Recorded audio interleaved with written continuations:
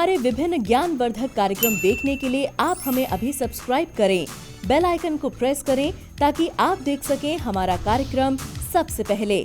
और अधिक जानकारी के लिए फेसबुक पेज को लाइक करना न भूलें। जय माँ इंद्राक्षी। इंद्राक्षी धाम में दर्शकों आप सभी का हम हार्दिक स्वागत करते हैं। आज के दिन जिन जातकों का जन्मदिवस है, मैरिज एनिवर्सरी है, उन सभी को हमारी तरफ से बहुत बहुत शुभकामनाएं। आज का पंचांग 21 अक्टूबर सन 2020 दिन बुधवार, आश्विन माह शुक्ल पक्ष संवत 2077।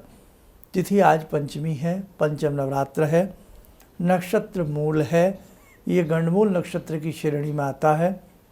आज के दिन जन्मे जातक गंडमूल नक्षत्र की श्रेणी में रहेंगे, लेकिन हाँ, ये गंडमूल नक्षत्र रात्रि तक है और राहु काल जो है वो 12 से 1:30 बजे के बीच में है। दिशा शूल उत्तर पूर्व दिशा है।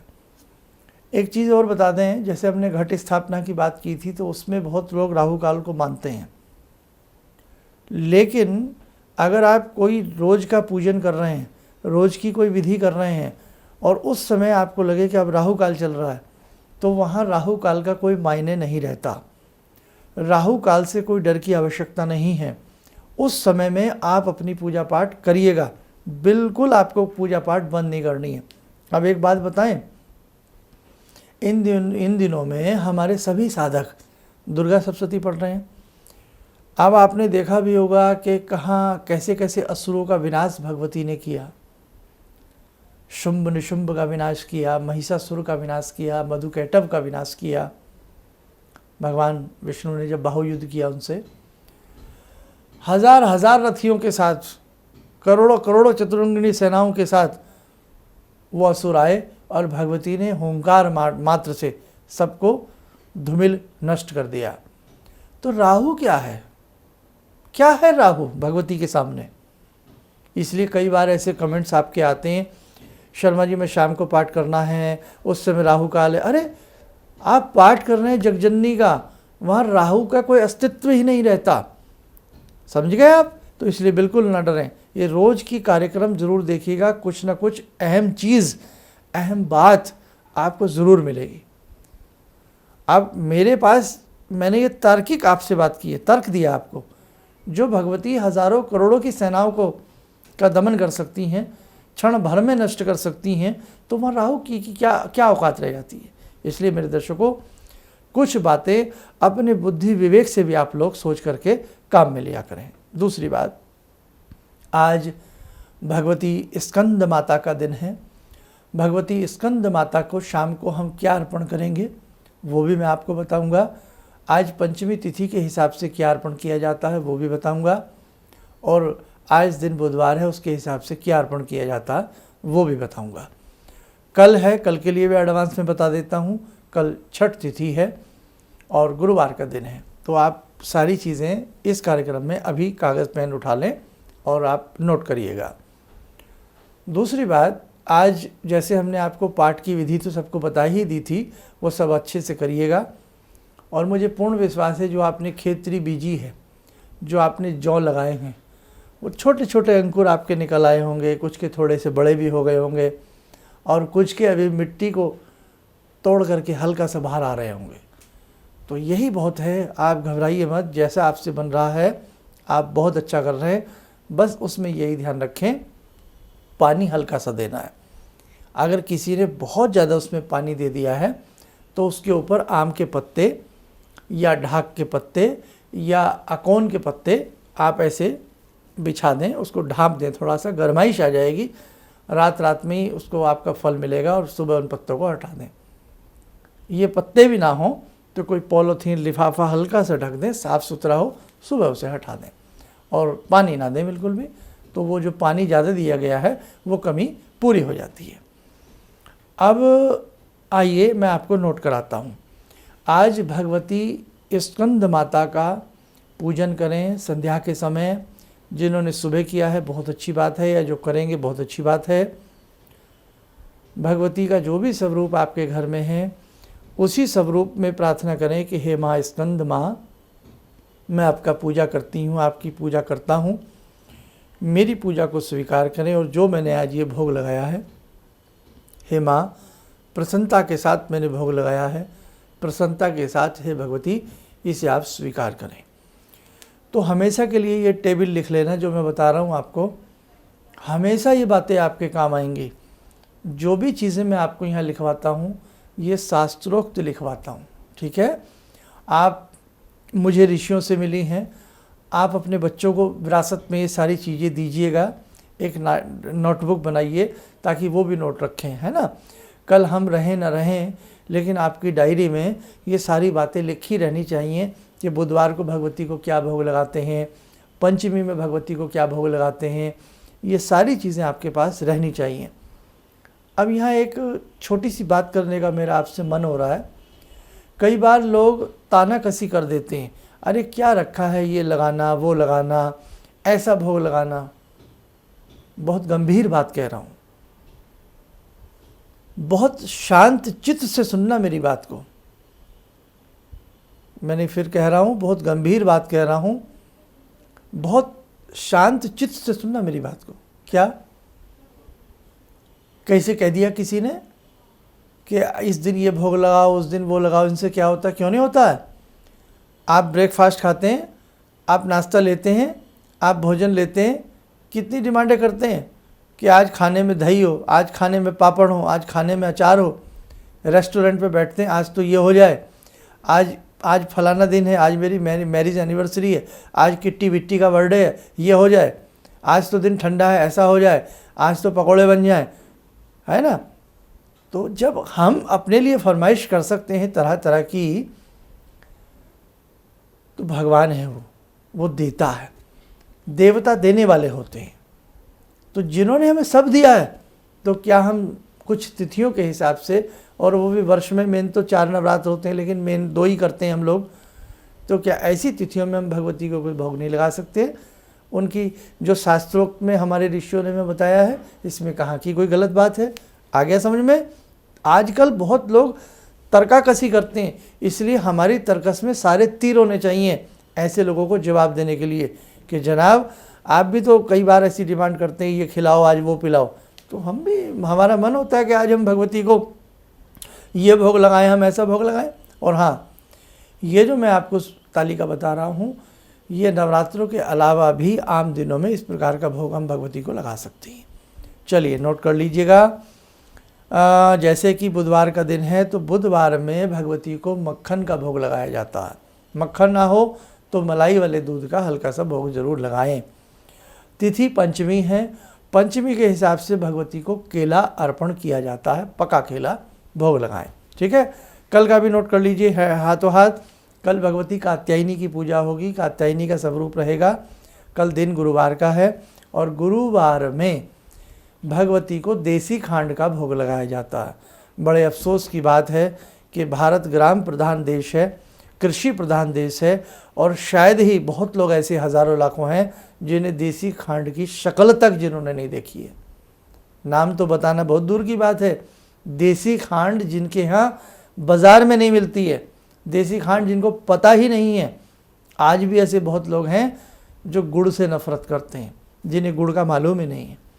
अब हर चीज़ की वैरायटी होती है, अच्छी वैरायटी का आप गुड़ खाइए, आपकी मिठाई को फेल कर देगा।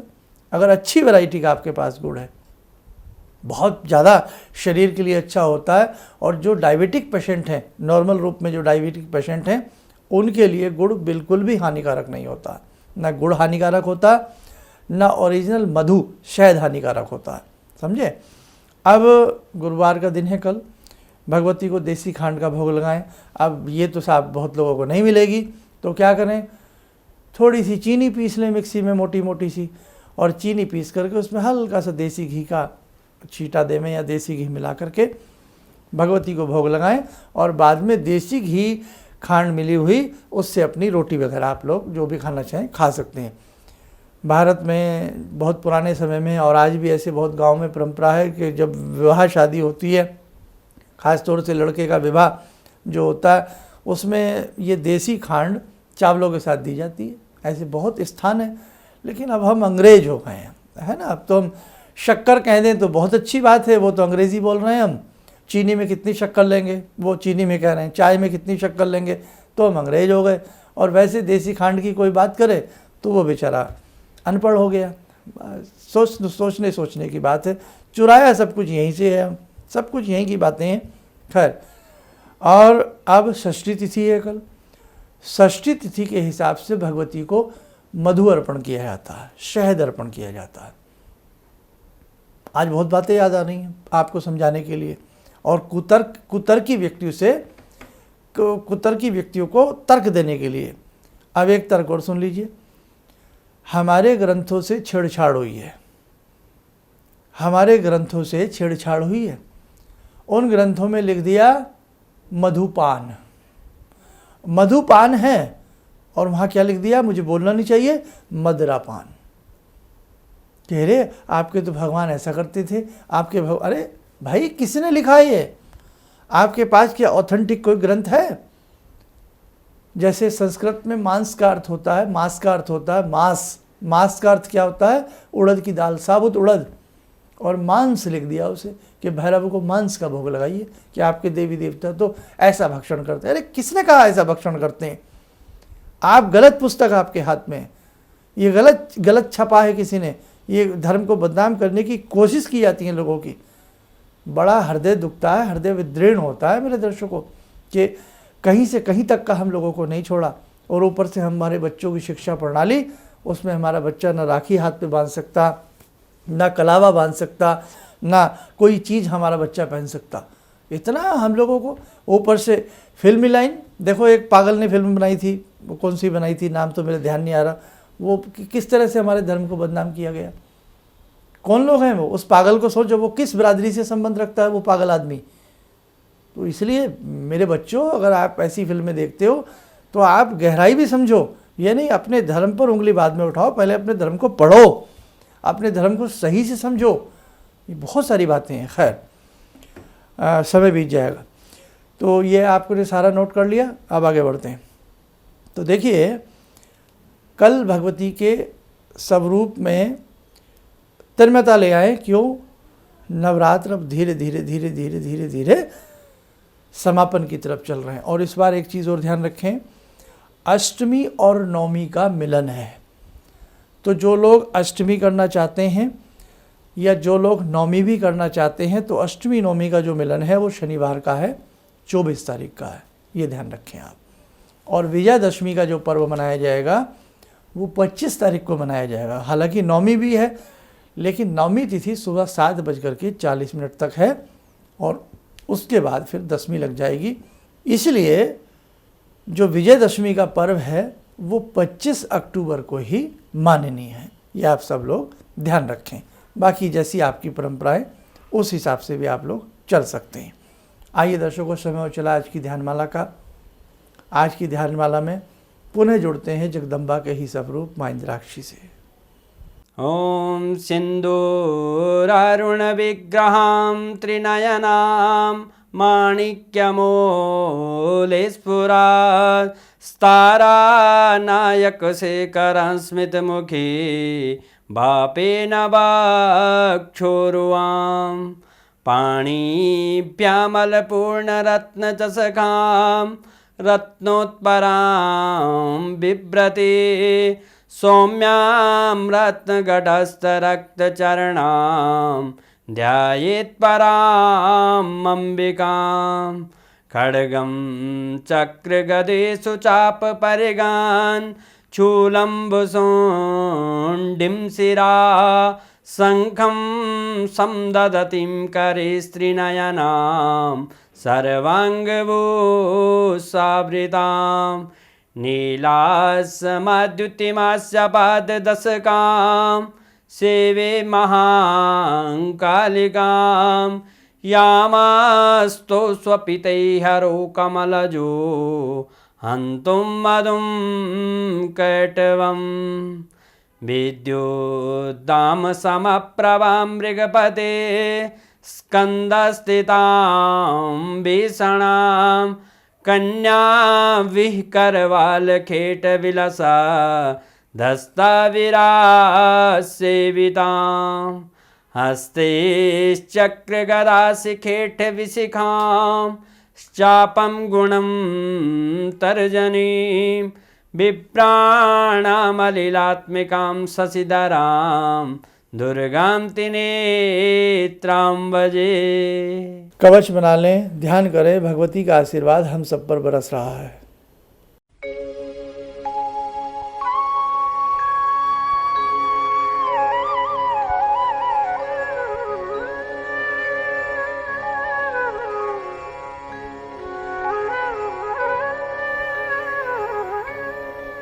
ओम बोलते हुए नेत्र खोलें, सामान्य हो जाएं। वही संदेश देना चाहते हैं कि व्यक्तिगत रूप से अभी नहीं मिल पा रहे हैं, अभी केवल परामर्श जो चल रहा है वो टेलीफोनिक रूप में चल रहा है। और आप सबके लिए अंबिका यंत्र, सूर्य यंत्र और श्री यंत्र का निर्माण है, ये दीपावली तक रहेगा। उसके लिए आप हमारे संस्थान से कोई भी व्यक्ति संपर्क कर सकता है। इस बार आपने बहुत अच्छे से नवरात्र सबके चल रहे हैं, और कहीं यदि किसी से कोई भूल चूक हो जाती है तो पुनः समझाते हैं। उसके लिए आप कतई भी न घबराएं और ना ही डरें। वो जगजननी हैं, वो माँ हैं, करुणामयी हैं, भक्त वत्सला हैं, वो कभी किसी पे कुपित नहीं होती हैं। जय माँ इंद्राक्षी। भगवान से जुड़ो, और भगवान को से जुड़ने का जरिया आपने बताया, बहुत अच्छा लगा, बहुत धन्यवाद। और सनातन धर्म को जिंदा रखने के लिए आप जो प्रयास कर रहे हैं वो बहुत सराहनीय है। हम लोग को मौका मिला है, हम लोग भाग्यशाली हैं जो आपके करीब आने का हम लोग को मौका मिला है। किसी भी समस्या के समाधान के लिए मिले प्रसिद्ध हस्तरेखा एवं वास्तु विशेषज्ञ प्रोफेसर धर्मेंद्र शर्मा जी से। नोट: शिविर में भाग लेने हेतु एवं व्यक्तिगत रूप से मिलने के लिए कॉल करने का समय सुबह 10 बजे से शाम 6 बजे तक। हमारे विभिन्न ज्ञानवर्धक कार्यक्रम देखने के लिए आप हमें अभी सब्सक्राइब करें, बेल आइकन को प्रेस करें ताकि आप देख सकें हमारा कार्यक्रम सबसे पहले। और अधिक जानकारी के लिए फेसबुक पेज को लाइक करना न भूलें।